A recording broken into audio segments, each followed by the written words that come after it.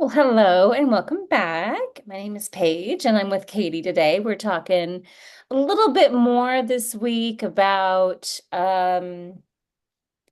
wanted to dive into that topic a little bit more where you can be kind of overtaken by a bacterial infection, Candida and parasites, and how all of this kind of relates to weight or weight gain or weight loss. Because I know that as someone who lives adjacent to the community, the fitness community, I often hear it's just calories in, calories out, just calories in, calories out. And it gets annoying because I'm like, well, not really. I mean, if your body's not in homeostasis, it's going to fight you.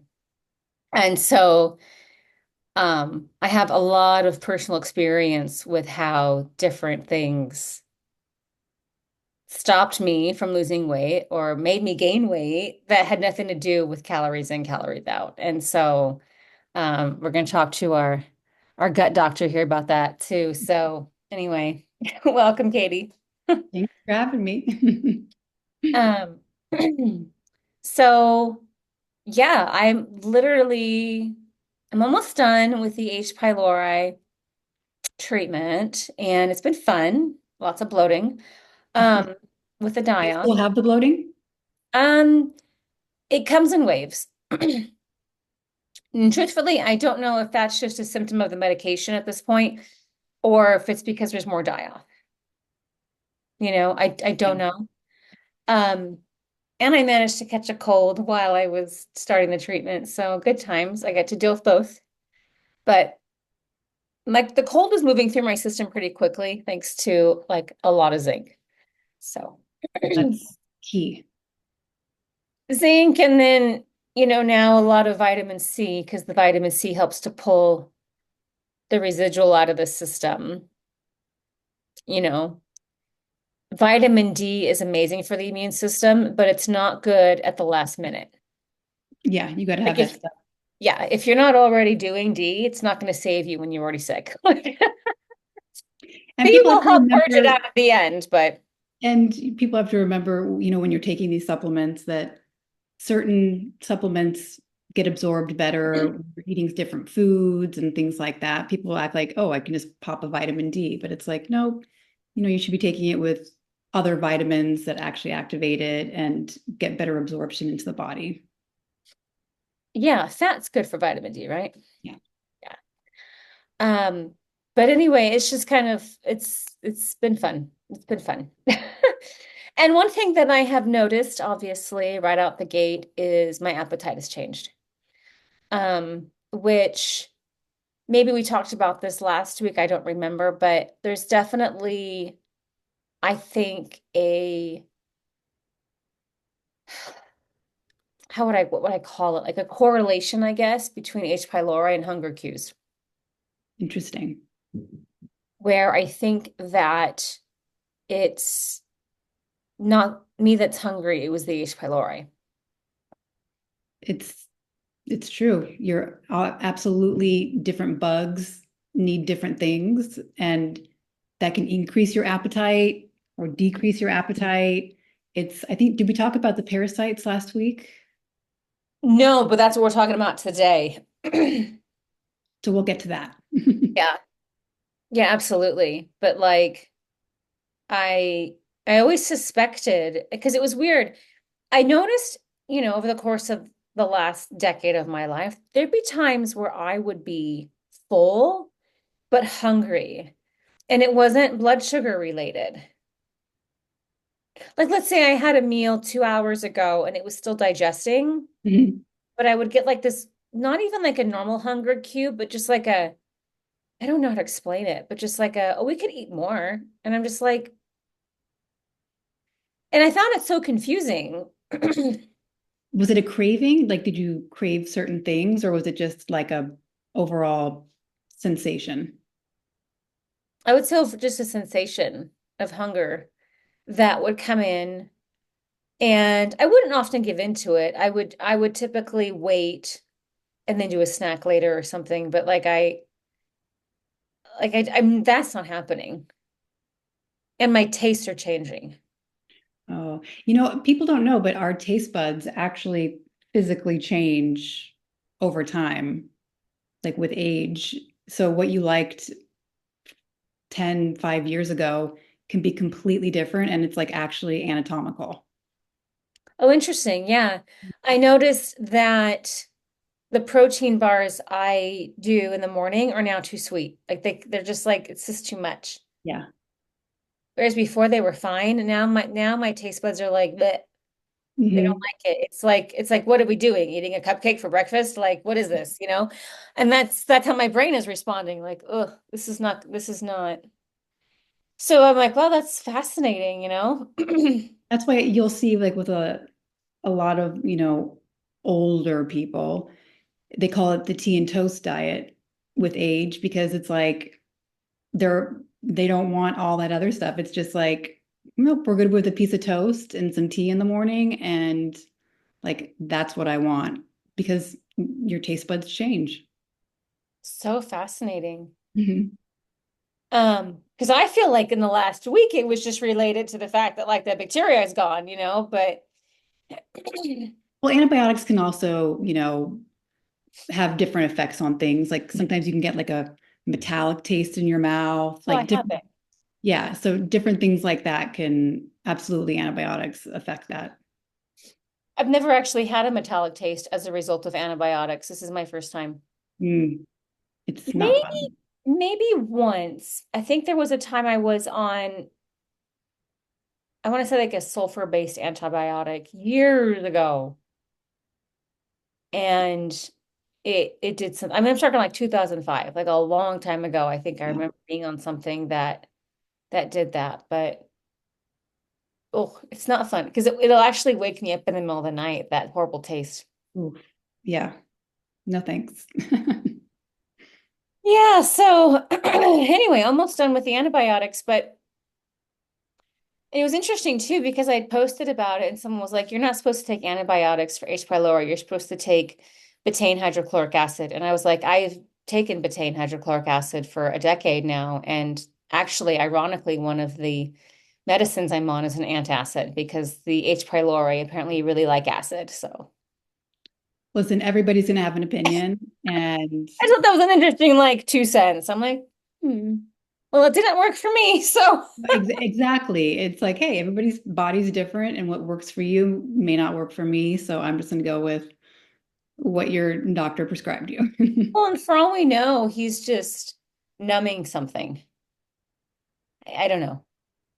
Because you can certainly eat in a way that will like make it like magnified your symptoms or kind of minimize the symptoms depending on your diet. So I have no doubt that like there's tweaks like that. Because for me, even just noticing the difference over the years of when it's been bad versus when it's been not so bad. And anyway, so but yeah, I do suspect that because of the H. pylori, they want to get fed, that was part of, I guess, my overeating. And I didn't overeat like crazy, but I'm like I'm 5'3.5", 120 pounds. And so I'm like, really?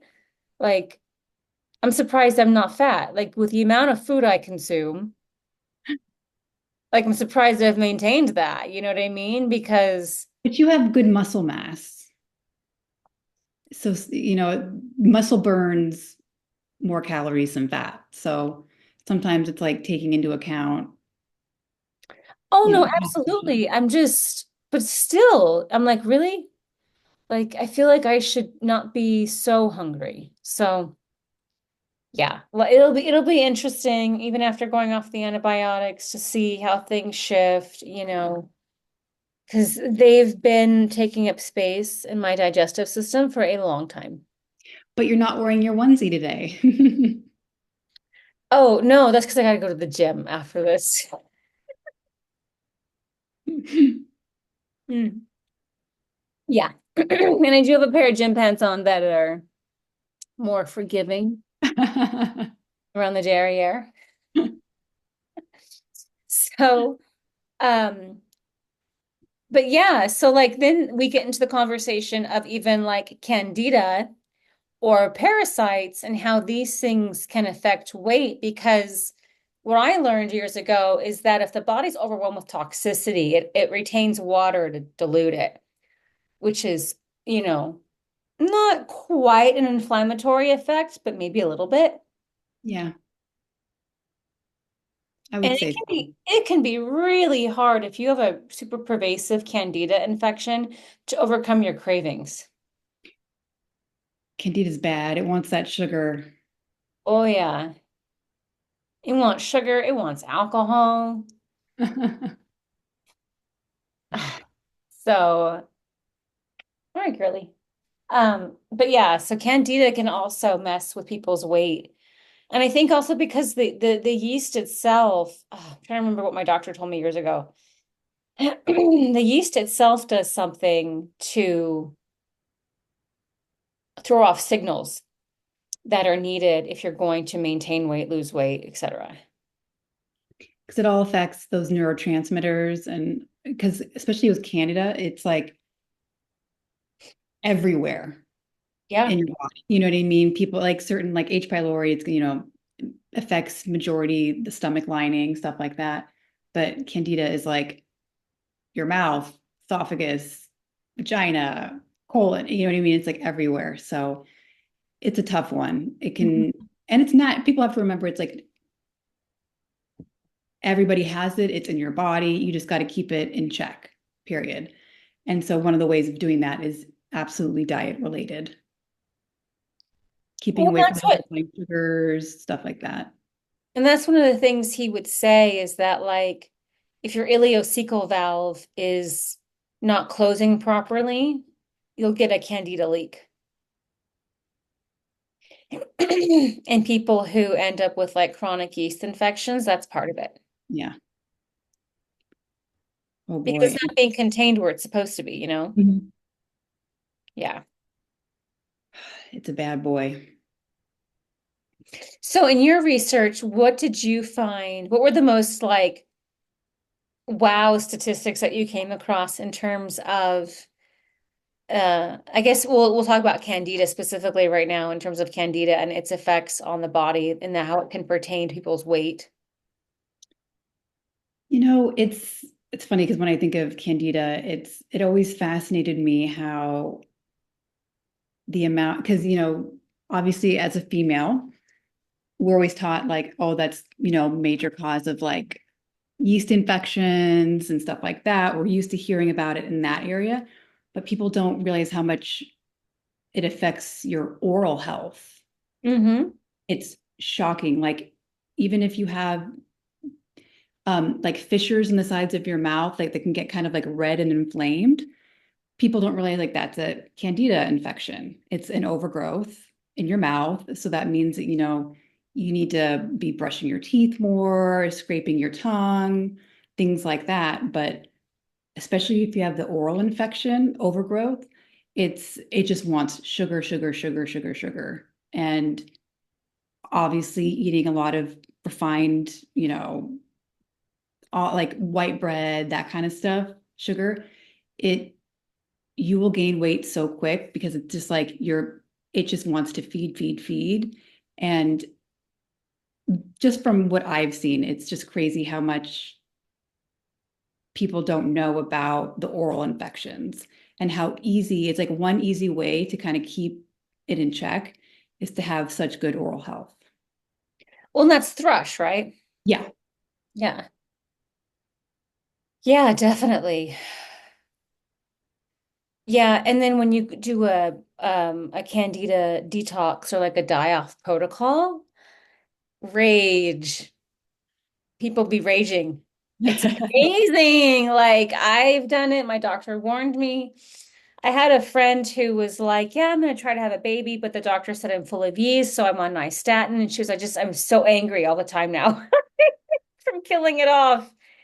Which is just so fascinating to me because again, it just goes to show that like microbes can double for our personality when it's not our personality. Like Really? it's not even like us, like that's really having the rage or the anxiety or the whatever it is that's coming up, oftentimes is related to what is in our body. And it's just fascinating to me. Like, and Candida is a perfect example of that. it really takes over. And like once it gets like out of control, it like rages out of control and it just wants to be fed, and you have no other choice but to feed it, and not even knowing that you're doing it. You know what I mean? It's like you just think, oh, I need that afternoon sugar to wake me up a little bit. It's like, no, that's your body saying like, I want that, I need that. And like that's what you're feeding. You're not Mhm. giving yourself a sugar high and mentally feeling better. It's like you're feeding that bacteria. That's all you're doing. Yeah, but it just blows my mind that especially in the die-off process, how the anger that can come out. Ooh. And it's one of those that like it looks worse when it's getting better, in the sense of like it erupts, and like the rashes and all of that, and it gets so red and inflamed, but you know it's working, the medication, and then it's like you feel a million times better afterwards. I did a Candida protocol. This was back in 2011 because oregano is one of the best ways to actually kill off Candida. It just burns right through it. Like oregano, people don't realize that is powerful stuff. Like, and I mean, if you use oregano oil on your skin, it'll burn your skin. Like it I've is never so, tried it. I've always heard oh, about it, but I've never tried it personally. it is so powerful. And so I did this protocol. I chose to use the juice, oregano juice, which is awful. Ooh. But excuse me, it's not as intense on the stomach lining. And one of my friends was like, I want to do a Candida. She just wanted to do the protocol and she gave herself a yeast infection because it was blowing out all of the yeast in her system and she ended up with a yeast infection. She's like full blown, like mad raw yeast infection as a result of it. And it was just like, That's wow, rough. yeah. I didn't have any side effects like that. When Candida dies off for me, I don't see it in my body. My personality, I just get really enraged for like 2 weeks. Men have it so easy. The yeast infections, all of that stuff that women have to go through with our personal health, it's keeping everything in such a delicate balance. Oh yeah, but if a man has to have a systemic yeast detox, he's gonna feel the effects of it too, for sure. Like, yeah. And there's a difference between Candida and even like the fungus that causes like toe fungus. Like that's not the same thing. You can get Candida on your toes. You can have it on your fingers, but like Yeah. those are two different Yeah. things. So Candida is a yeast, not a fungus, correct? Yep. Right. And then it's a fungus that ends up creating those like athlete's foot. Like that's a Yeah. fungus. Yeah. Yeah. Fungal Yeah. infections. Fungal infections are tough because they're harder to get rid of, like much more difficult, longer course of treatment, all of that. And antifungals are really hard on the liver. They're really hard on your body. My dad had toe fungus that he got in the army and he just never dealt with it. He just had it. And then my mom was like, you need to do like a 10-minute foot bath every day in apple cider vinegar. And he started doing it. I don't know how long it took, maybe it took like a year for the whole toe to grow out, but he eventually got rid of it. But it's like a long course of Yeah. treatment, and you have to be like very diligent with that. I had the 2 years ago, I actually got ringworm. It Oh, was I got ringworm from a kitten that was on the street. I got ringworm, and we kind of traced it back to I must have gotten it from a tennis ball, because the spot where it was on my legs, I realized it's, for anybody who's like worn a tennis skirt, when you take the ball and you just kind of shove it up the side of the shorts in your skirt. Hmm. Um, and I didn't realize it until I went to go play tennis after I'd like gotten it. And I was like, oh my God, that's how I got it because it was exactly the spot where I would grab the ball and just like tuck it. And I have to say, it scared me how the fever I got, the rash I got, it was like, oh my God, what I thought I was dying. It was just like my system was so overwhelmed from like a little dime size spot on my leg. It was awful. And I had to be on treatment for like a month. That's interesting. When I got it, I can't remember how I treated it. I don't think I used antibiotics or not antibiotics, antifungals. I don't believe I used antifungals to treat it. I'm trying to remember. We all had to do it because my sister found these two abandoned kittens. The whole family ended up in the ring room. And I just had these like red circles, right? I It's remember I awful. was my naturopath at the time was like, "Oh, you have ringworm." I was like, but we got It's it under control. I'm just trying to remember it because I didn't go. I remember I didn't want to do antifungals because I knew how hard they were on the liver, and I just wanted to avoid that if I could. But I can't remember what I did do. But anyway, but your immune system's reaction to it is like I remember I was driving and I thought I feel really hot and it's dead of winter. So I was just like, ooh, this is like this I really don't feel well. Oh my God, I like really don't feel well.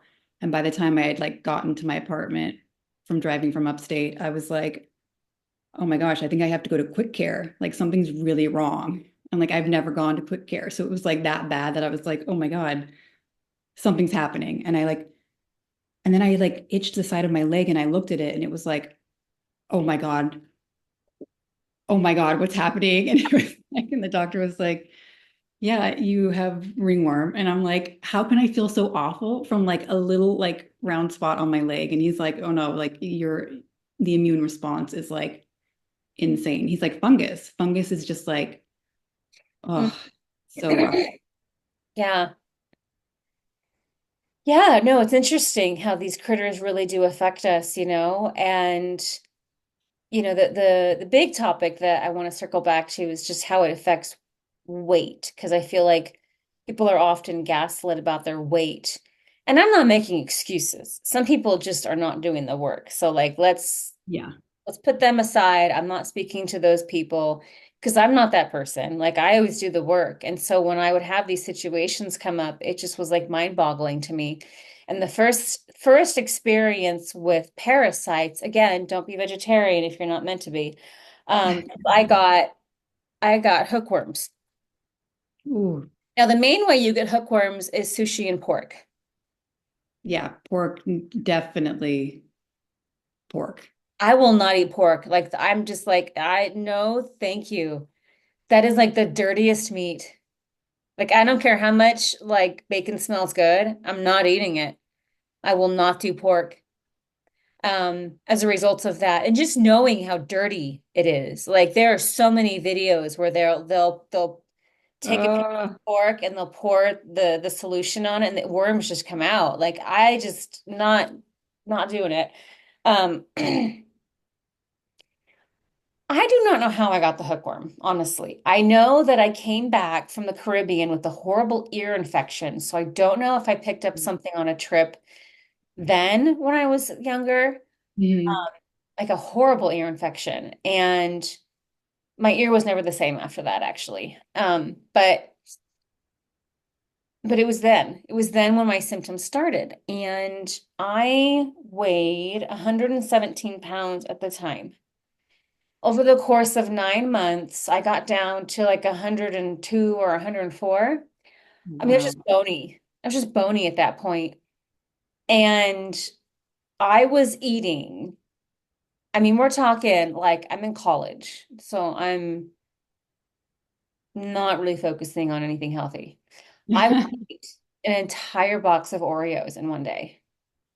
Oh, I would wow. get, and of course, it was all shitty food too, right? So like Slurpees, pizza, Del Taco. Like I was probably consuming a good 4 to 5,000 calories a day and losing weight. because I had a parasite infection. And my doctor finally was like, there's only really one thing this can be. And he was like, yeah, you have hookworms. So the other thing that would happen, I remember specifically, I would kind of not fully black out, but I would kind of black out like mid-afternoon every day. Like I'd struggled because the hookworms feed off of iron. And so you tend to lose like your blood pressure. My blood pressure was changing. Like something was going Yeah. on where like, yeah. And I would wake up in the middle of the night just with ravishing hunger, like painful hunger. And It's, I was dropping weight so much, like, and that weight never came back. Like it didn't start coming back until I started like changing my lifestyle. When I started eating meat and lifting weights is when I started to actually put on mass. But before that, no. how did they treat you for the parasites? Um, I took at that time something called Trigard, Okay. which is it was a combination of colloidal gold, grapeseed extract, and tea tree oil. Boy, tea tree oil is such a good, it's good for so many different things.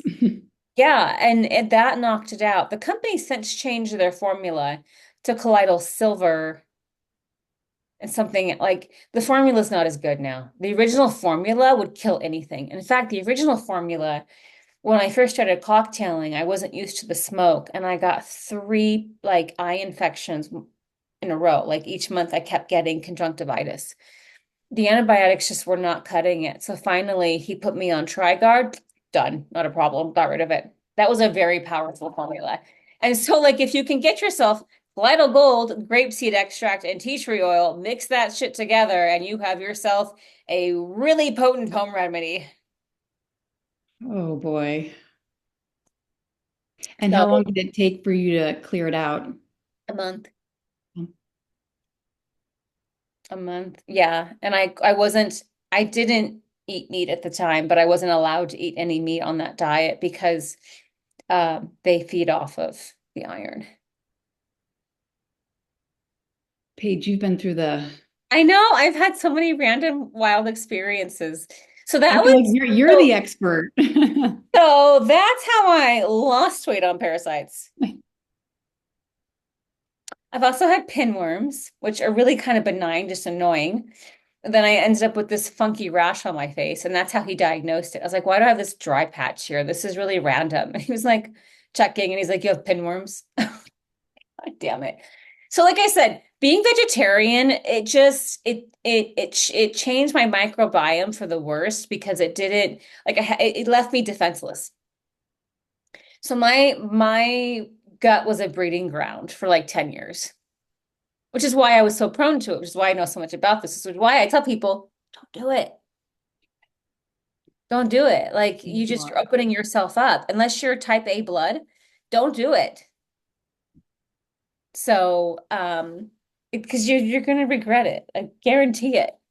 And there's so many women who are like, "Oh no, it's been so amazing for me." I'm like, "Wait till you hit menopause. Just wait, and your body's needs change." Like, 100%. Your body changes, it needs different things, and you got to keep up with it. plus, when I was vegetarian, I was skinny fat. Like, it wasn't really a good, even though I was like 102 pounds, like I had no muscle mass. I was hella Yeah. strong, but I had no muscle mass. And so it wasn't good for me in terms of building up that dense lean muscle. It's always the number one thing when I talk to somebody and we talk about their concerns and this, that, the other. It's always the vegetarians who are like, I need to build muscle. I can't build muscle. And it's like, because you need protein to build muscle, and your protein sources are pretty limited. And it's always once they come out of that, that it's like life changing. Yeah. Oh no, absolutely. When you were vegetarian, what did you use as your main sources for protein? I mean, I ate eggs. Okay. Um, but I mean, I really just wasn't focused on it. Yeah. I would say a lot of Indian food, so legumes, things like that, because I was part of the yoga community and that's what we ate, is a lot of Indian food. but it's not enough. And when you're younger, you can get away with it. Yeah, But your body's going to start fighting you with age. It's like, no, no, we're not doing this anymore. It's amazing what you can get away with age, but like as you progress, that's the game changes. absolutely. I was watching a video yesterday about this girl, and she was like, "Yeah, like I thought I was meeting all my macros, da da da da da. I didn't realize." And she was, "But I wasn't getting enough fat, and I just completely destroyed my hormones." And she's young; she was like 30. And I just was watching the video, and I was like, "Yeah, wait till you're 40. Like, you don't even have the option to experiment like that." Like, people obsess about protein in the fitness community a little too much, I think, and they don't educate enough women, especially over 35, on the importance of fat, Yeah. which is just critical, Hmm. which is also why I like carnivore because it's all fat and protein. Yeah. And so, Definitely need fat in your diet that people don't understand how much fat goes into making hormones in your body, like all the different things, better absorption for different vitamins. It really is essential. well, and obviously, like you look at vegans, I'm convinced that part of the reason they kind of go ape shit is because they don't have enough fat in their brain. They don't have enough cholesterol. That's my theory. There's no scientific proof behind that. That's just my, but like they're not getting enough cholesterol to feed the brain. It's all and people, it's hard because they hear the word cholesterol and It's it's so like stigmatized. and they deem it like a bad thing. And it's like, no, people, there's HDL and there's LDL, there's good cholesterol and there's bad cholesterol, but you need cholesterol to make things in your body that keep your body functioning. And there just needs to be more education around cholesterol. And Yeah, especially when people hear like, oh, I can't have shrimp. It's bad for my cholesterol. And it's like, you can have shrimp. I mean, don't eat 50 shrimp or eat it every day, but you should have a variety of different foods in your diet. And so have some shrimp. It's like everybody thinks it's like all or nothing when it I comes. know that's people are always looking for parameters instead of Yeah. nuance, and I get it. It's hard for the mind. The mind doesn't want to deal with nuance. It wants hard rules. Yeah. But like with that, I read another study yesterday I came across that people who live to be 100 or more, they all had high cholesterol. They all had high cholesterol. I mean, relative to like what we consider healthy, it was Yeah. high. They weren't like obscenely high. They were way above average, and which is they were like, yeah, like they you need that to keep the brain and the hormones functioning. Absolutely. And again, people need to understand there's different types of cholesterol in your body. So it's just, you need to have high number for a certain one and then a low number for another one. It's like it's just keeping them in balance and to just keep living your life though and have a balanced diet. Well, and while we're on this topic, I want to destigmatize it because people just automatically think cholesterol and they think blocked arteries. Yeah. Arteries get blocked because they get inflamed, and they don't get inflamed from eating fat. They get inflamed because of high sugar levels in the body. And that's what leads to the inflammation, which, then the cholesterol can't move freely through the body. Like Mhm. that's what's happening. And I learned that 10 years ago, but I was just like, oh, that makes so much sense. That's why, like, if you're trying to avoid that, you want to eat sometimes like your heavy carbs meals by themselves. And then otherwise, if you're eating them all together, it just that's where you kind of get in trouble. And so, but yeah, it's not the meat and the cholesterol that's causing the inflammation. It's actually the sugar. I mean, it always comes back to sugar and that That inflammation. beast. It's just so bad for you. Mhm. So bad. And again, nuance, moderation, you know what I mean? Like don't never eat sugar again, but like when people are having that bag of M&Ms every day after lunch, you know what I mean? Just to have like that sugar craving, it's just have three or four. Do you know what I mean? You don't need a whole bag. Yeah, absolutely. Yeah. So I'm glad that so much more information is coming out because we've just been lied to for so many years. And again, that black and white thinking, like it hasn't been helpful. And people need to understand the science behind their bodies a little bit more than just, oh, meat is bad. Meat's not bad. Like, I can't believe who was it? Which was it? Not the American Medical Association, who came out and actually said that Fruit Loops were healthier for you than meat? And it was like, what? Like, are you kidding me? Like, who bought that campaign? Like, who's behind that? Like, Fruit Loops. I know. That's that's insane. I know, right? It's like, yeah, let's just like eradicate like thousands of years of like proven diet effectiveness. Okay, but anyway, back to And parasites.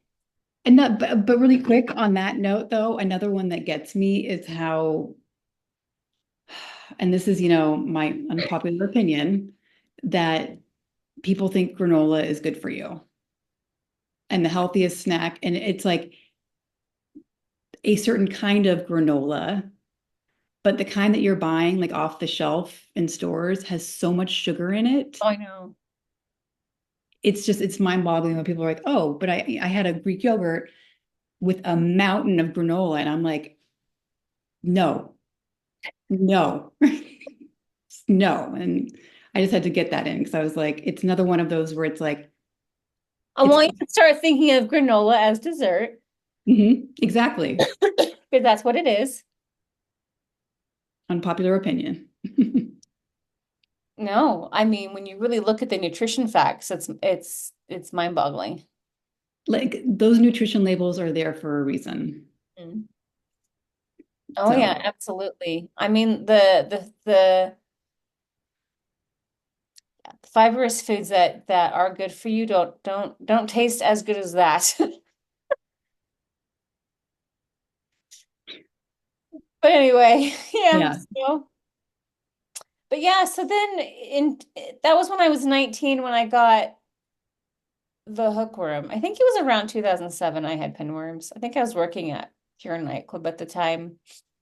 And then I had like the mother of all parasites. So I can honestly say after going to India, I'm no longer afraid to drink the water in Mexico because India is just so filthy beyond filthy beyond filthy. I have a friend who actually is like headed to a wedding in Bangalore in a couple of weeks, and he asked me some questions, and I was like, it's just filthy. I said, get yourself two things, and I wish I had brought them with me. Charcoal for the respiratory system and hydrochloric acid. You do not want anything that goes into your mouth to stay in your body longer than 24 hours. Make sure that you have extra acid to break it down and get rid of it immediately. Because if it has time to stick around, it embeds itself, and you don't want that. Because I got two parasites in India, and one of them is a permanent parasite. So, is it protozoas or protozoans? Protozoans. Right. So they don't ever go away.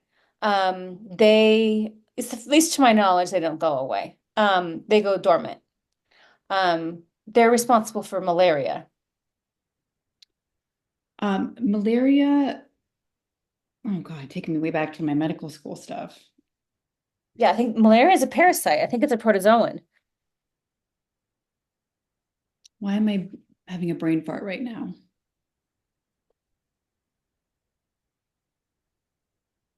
We'll come back to it. Sorry. Okay. Mine ended up in my small intestine and was causing havoc. And oh my God, when I say causing havoc, like again, bloating, water retention, gas, just all kinds of stuff. But that was the easy one. That was benign compared to getting liver flukes. Flatworms are Right. absolutely above and beyond the absolute worst parasite you could probably get because they are so pervasive and they lay 22,000 eggs per day at maturity. Oh my God. That is I I don't even know what to say. Did you study liver flukes? I didn't, but like my brain is still stuck on the malaria, and it is a parasite. It is a Um, parasite.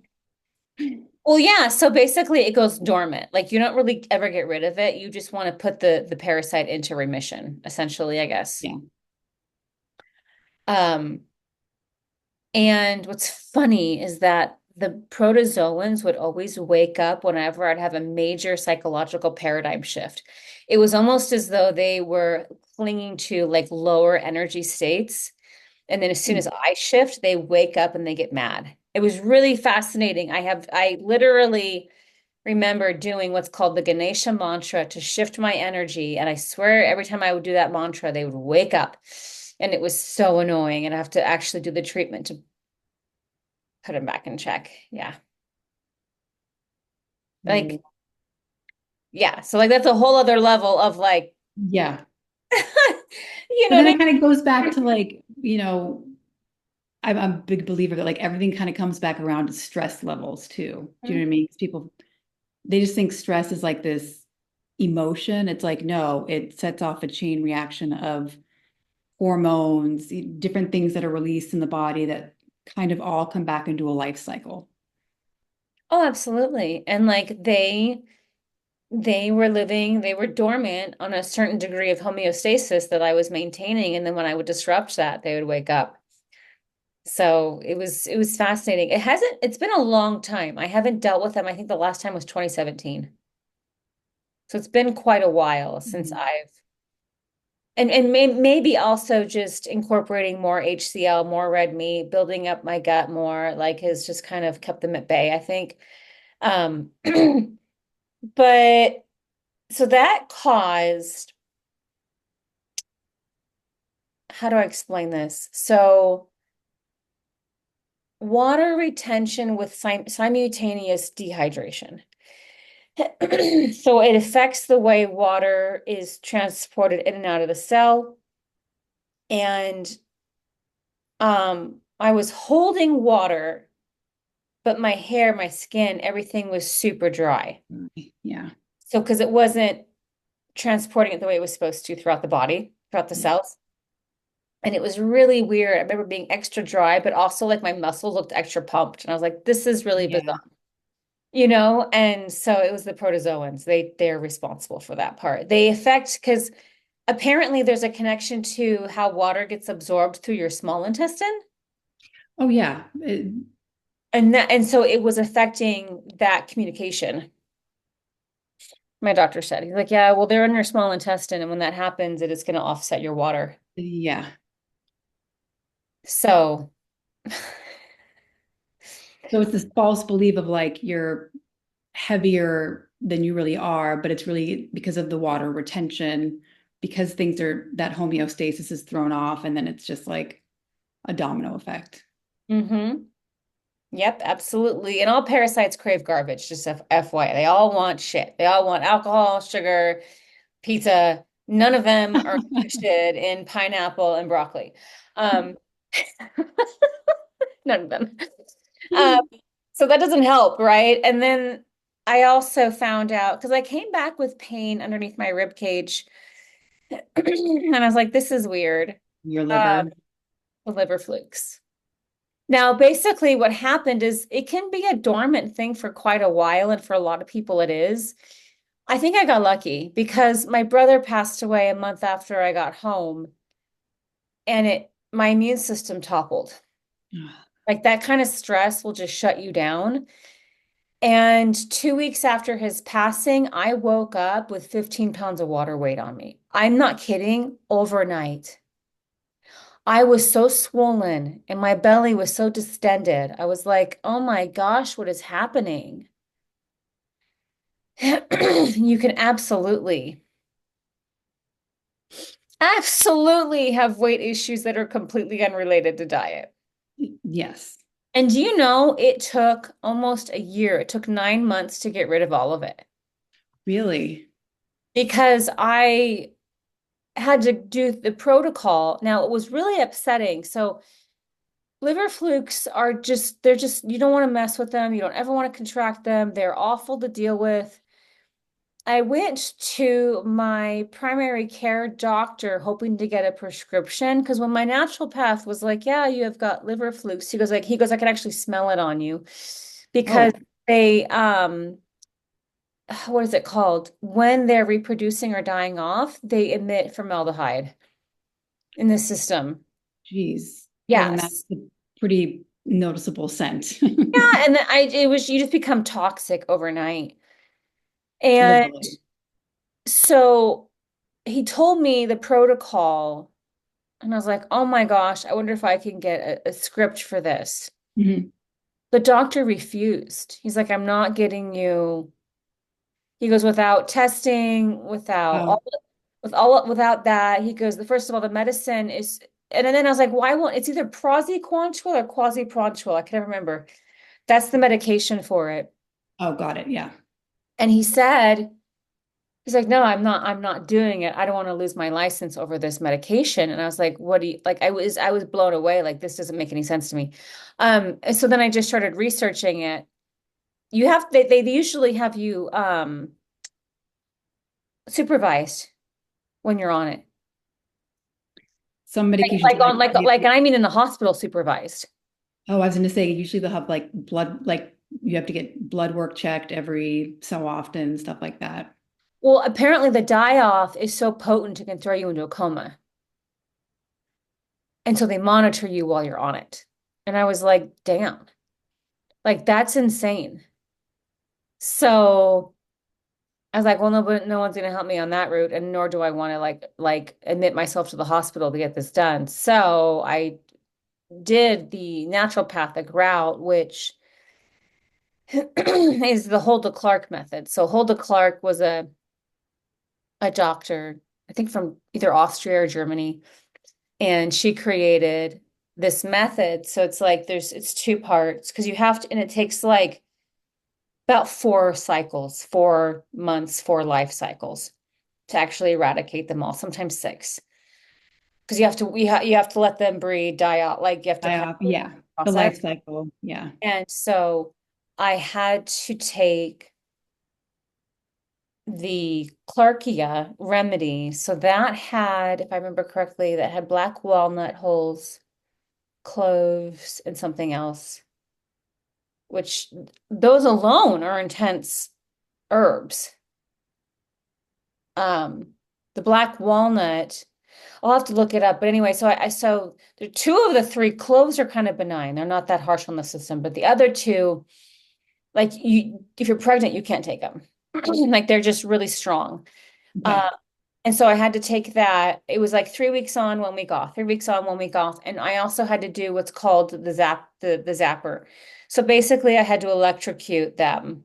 So because flatworms, like if you can't use like diatomaceous earth on them. Like diatomaceous earth is another remedy people use for parasites, but it just severs them, it kills them off because it's just micro cuts. Or to them it's macro cuts, but to us it'd be like micro cuts. Yeah. So but flatworms, if you cut them in half, they regrow their parts and keep going. And so you have to attack it differently because just shooting arrows at them doesn't do the job. Yeah. So I had to use this zapper device, and you don't feel anything. You have to like wet the parts to conduct the electricity. And it's like 10,000 voltages to them. So then you hold Ooh. these things and you put your feet on them and you do it for like 10 minutes. And again, you don't feel anything, but it's like But it's a major electrocution to them. This device is also good for viruses. I have it still. Viruses, I should just get it out and use it. I have a cold right now, but viruses, bacteria, candida, like it works on all levels. But yeah, it gets in there and it annihilates. So I had to use that. And it took about 4 months, finally got rid of it, but then I had to detox. That's when I developed leaky gut, and that's when I had to do a whole leaky gut regimen, oh gosh. build up my microbiome again to heal the gut lining. And finally, I remember it was February, March of the following year that like I finally lost all that weight. Like it was all water. It was all toxic water trying to drown out the toxicity in my body. Yeah. So, I have and no worries. good luck trying to lose weight if you have I liver. know. Good luck. I feel like you should write a book about all the all the parasites in your body.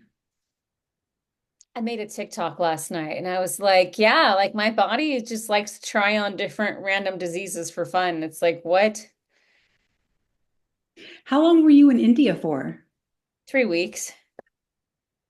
Yeah, just if you ever go to India, first of all, that would be the one time I would say pack your own food and don't deviate. Yeah. It's not worth it. Like literally, if you can live off of granola, trail mix, protein bars, like Yeah. do it because um, everyone gets sick in India. And it's funny because he was like, yeah, I got all my shots for all these things. And I was like, nobody gets those. I said, I have a whole community of friends who go to India literally every year for 3 months. Nobody comes back with Japanese encephalitis. Okay. Not the issue. People get parasites and they get respiratory infections Yeah. because the air quality is so poor. In the food. Oh, but the air quality, you'd be shocked. You wake up and you blow your nose, it's black. Oh. Everyone gets an upper respiratory infection from breathing the air. Well, you might have successfully gotten me to not go to India. Yeah, so that's why I said bring the charcoal because the charcoal will help absorb a lot of that, but then the HCl will help your digestion so that way whatever goes in doesn't stay long. And yeah, I mean, I won't go back to India. I won't. It's not, I'm glad I saw it. I'm so glad I saw it, but I have no desire to go back and risk my health because the fact that it took me a year to get back on track, it's not worth it. That's a long time. Yeah, like it's just not worth it. And I got lucky. I found out immediately as a result of my brother passing away. But a lot of people, it'll lay dormant in their system for a while and they'll have other issues and not know why because they're not having the acute response just yet. And a lot of those times it's just it can be like broad symptoms like nausea, things like that that you just kind of attribute to something else going on in your life. Hmm. That's what's so difficult is like, oh, stomach pains, nausea, like a little bit of a pain right there, but that could just be indigestion. And Oh, yeah, absolutely.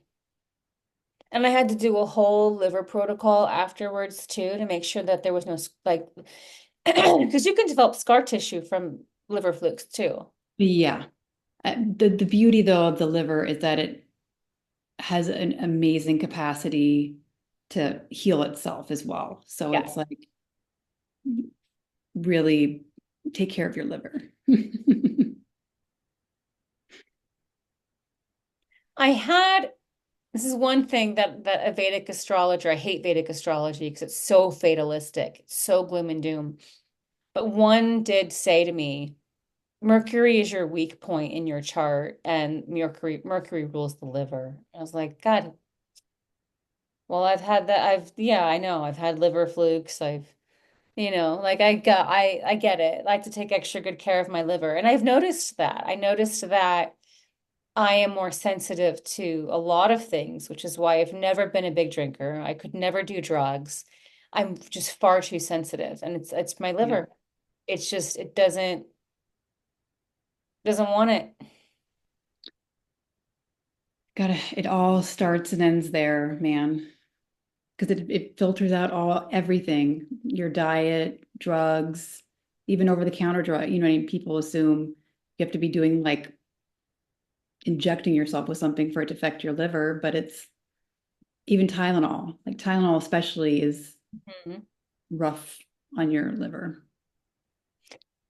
Yeah, yeah. So, I mean, the point of talking about this today, I really wanted to shed light on like if you are doing everything right and nothing is happening, please investigate.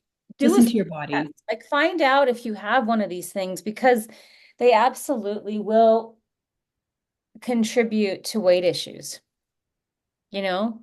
Mhm. And I think that is important. There's too much gaslighting going on again. And we didn't even talk about how, like, just hormones will absolutely affect your weight, as a result of just too much cortisol and being in survival mode and the inflammation that happens with it and just all of that part, like we're just talking Mhm. about,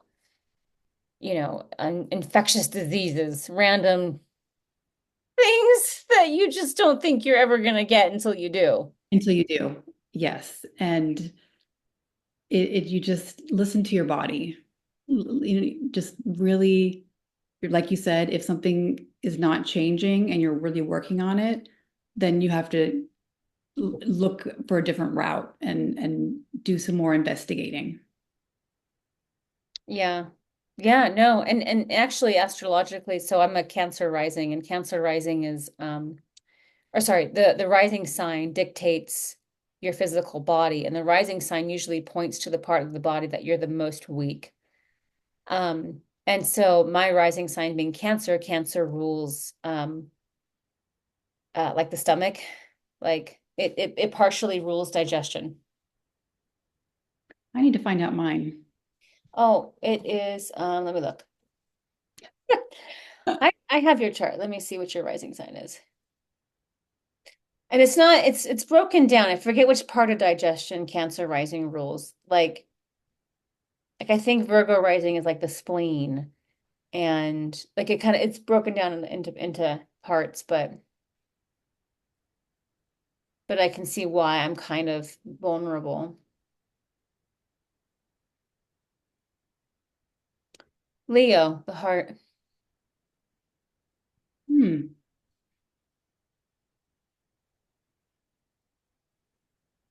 Yeah. So with age, you're gonna have to make sure that your heart is good, Good to know. especially if you're blood type A, which you don't sound like you are, but Isn't that awful? I need to figure out my blood type. That's so bad of me to not that was know. one thing they should have paneled today when you went to the doctor. Probably. So I'll, I'll get back to you on that. Well, as usual, Katie, it was lovely having you and discussing all of this. And, until next time. Until next time. Well, I appreciate everyone being on this call. And let's see here. I always forget how to stop. All right, stop. Here we go.